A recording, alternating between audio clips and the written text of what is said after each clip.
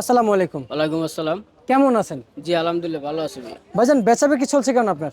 বেচা বিক্রি কম ভাই। কম। হ্যাঁ, আপনার ঠিকানা জানতে চাই একটু। আমার ঠিকানা রায়ের বাজার সাদেক খান কৃষি মার্কেট মোহাম্মদপুর ঢাকা। প্রতিষ্ঠানের নাম কি? মেসাস মা এন্টারপ্রাইজ। মেসার্স মা এন্টারপ্রাইজ। পেঁয়াজের দাম এবং কি পেঁয়াজের বাজার আজকে আজকে বাড়ছে না কমছে? পেঁয়াজের বাজার হাটে বেশি, এই জায়গায় একটু কম। এই জায়গায় একটু কম যাচ্ছে না? হ্যাঁ, আচ্ছা, আর এগুলো কি পেঁয়াজ? এটা হলো হল্যান্ড পেঁয়াজ। হল্যান্ড পেঁয়াজ। আর এগুলো কি পেঁয়াজ? এগুলো পাবনার দেশি পেঁয়াজ। এটা কি পাবনা দেশি? ওটা পাবনার দেশি। কত করে যাচ্ছে?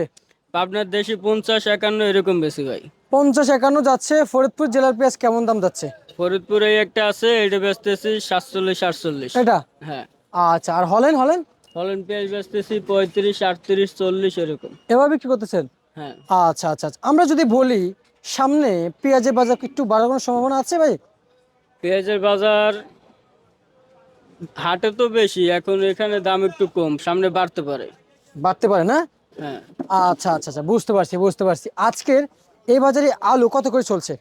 আলু চলে ভাই 11 থেকে 13 পর্যন্ত। 11 থেকে 13। আর লাল স্টিক?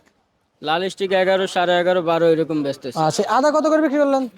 আদা বিক্রি করতেছে 80 টাকা কেজি। আর রসুন?